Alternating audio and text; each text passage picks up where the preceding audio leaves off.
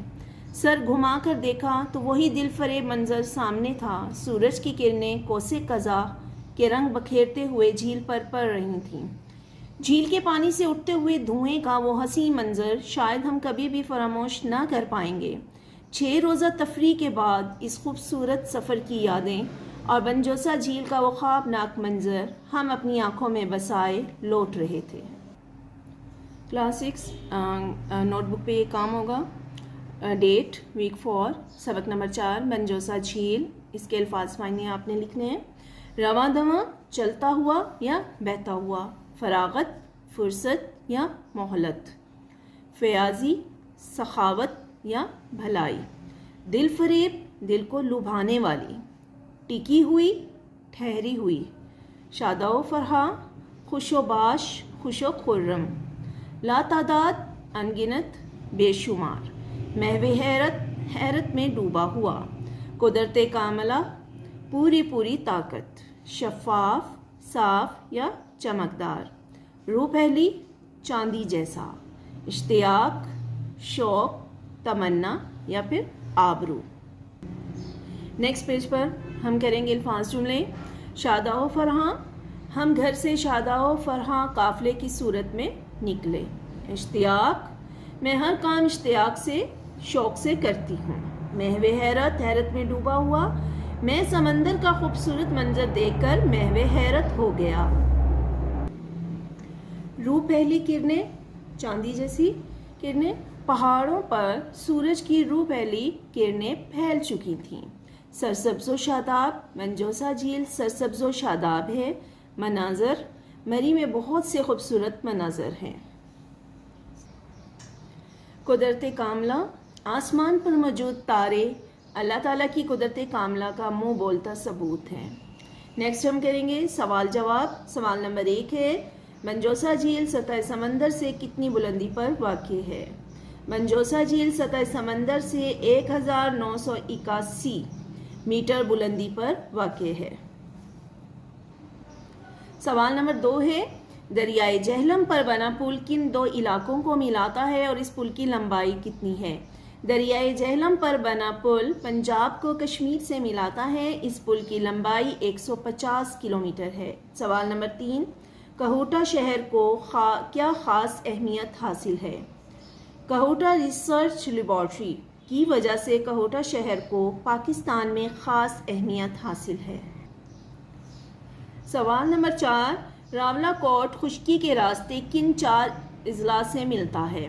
راولا کوٹ سڑک کے ذریعے آزاد کشمیر کے 4 اضلاع باغ، مظفر آباد، کوٹلی اور میر پور خاص کے علاوہ پاکستان سے بھی ملا ہوا ہے۔ سوال نمبر 5، راولا کوٹ کا موسم کیسا ہوتا ہے؟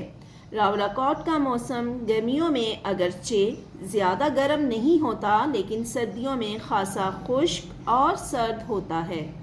سوال نمبر 6، منجوسا جھیل کی خوبصورتی 2 سطروں میں بیان کریں۔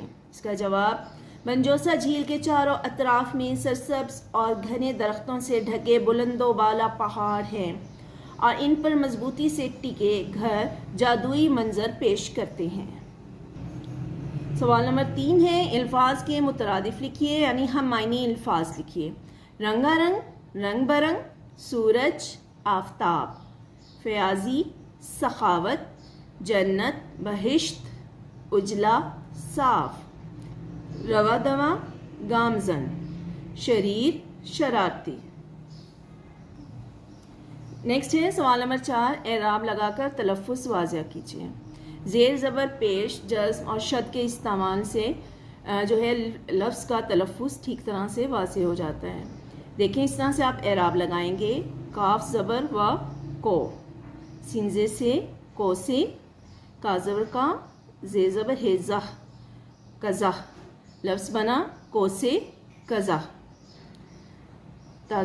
تے زبر تا، جیم زبر الف جا، تجا، واو پیش زیوز، تجاوز، زے پر جزم آئے گی۔ رے زبر بے، رب، بے پیش لام بل، رب بل، عین زیر زے از، زے زبر تے، زت، عزت، رب العزت۔ دیکھیں بے پر شد آئی ہے تو بے کی آواز 2 دفعہ ہمیں سنائی دے گی، رب العزت۔ اسی طرح زے پر شد آئی ہے تو زے کی آواز ہمیں 2 دفعہ سنائی دے گی، عزت۔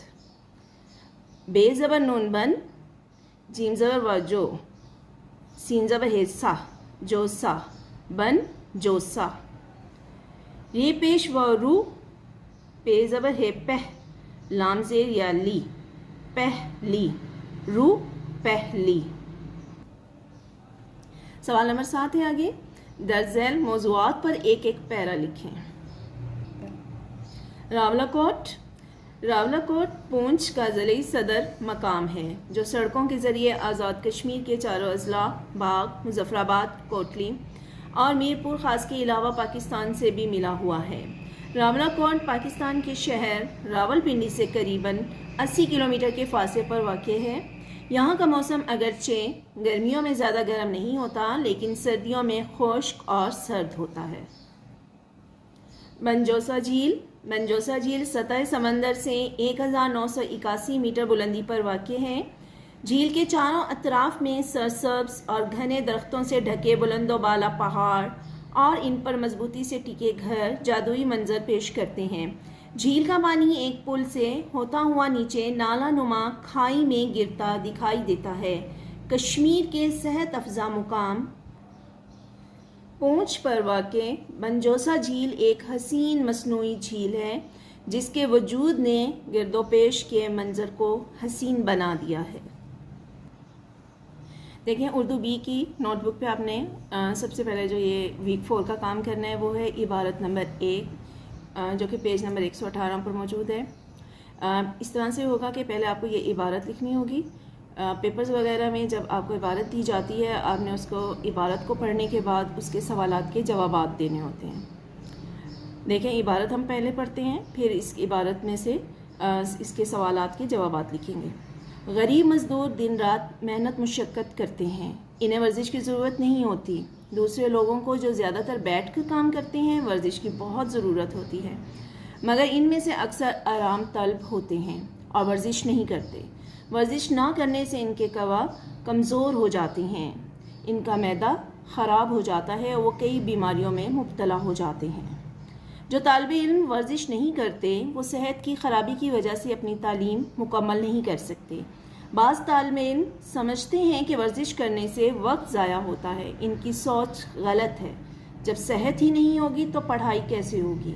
بیمار آدمی پڑھائی نہیں کر سکتا۔ اب اس کے سوالات کے جوابات ہیں۔ سوال نمبر 1، مزدور دن رات کیا کرتے ہیں؟ اسی طرح ہم نے اس کا آنسر جو ہے اگر اوپر سے دیکھیں تو غریب مزدور دن رات محنت مشقت کرتے ہیں، تو اس کا جواب ہوگا وہ دن رات محنت مشقت کرتے ہیں۔ مزدوروں کو ورزش کی کیوں ضرورت نہیں ہوتی؟ مزدوروں کو ورزش کی اس لیے ضرورت نہیں ہوتی کہ وہ دن رات محنت مشقت کرتے ہیں۔ نیکسٹ اس کا سوال ہے، سوال نمبر 3، کن لوگوں کو ورزش کی زیادہ ضرورت ہوتی ہے؟ جو لوگ زیادہ تر بیٹھ کر کام کرتے ہیں انہیں ورزش کی زیادہ ضرورت ہوتی ہے۔ آگے ہے سوال نمبر 4، اکثر لوگ ورزش کیوں نہیں کرتے؟ اکثر لوگ آرام طلب ہونے کی وجہ سے ورزش نہیں کرتے۔ ورزش نہ کرنے سے کیا ہوتا ہے؟ ورزش نہ کرنے سے انسان کے قوا کمزور ہو جاتے ہیں۔ معدہ کیوں خراب ہو جاتا ہے؟ ورزش نہ کرنے سے معدہ خراب ہو جاتا ہے۔ معدہ خراب ہو جائے تو کیا ہوتا ہے؟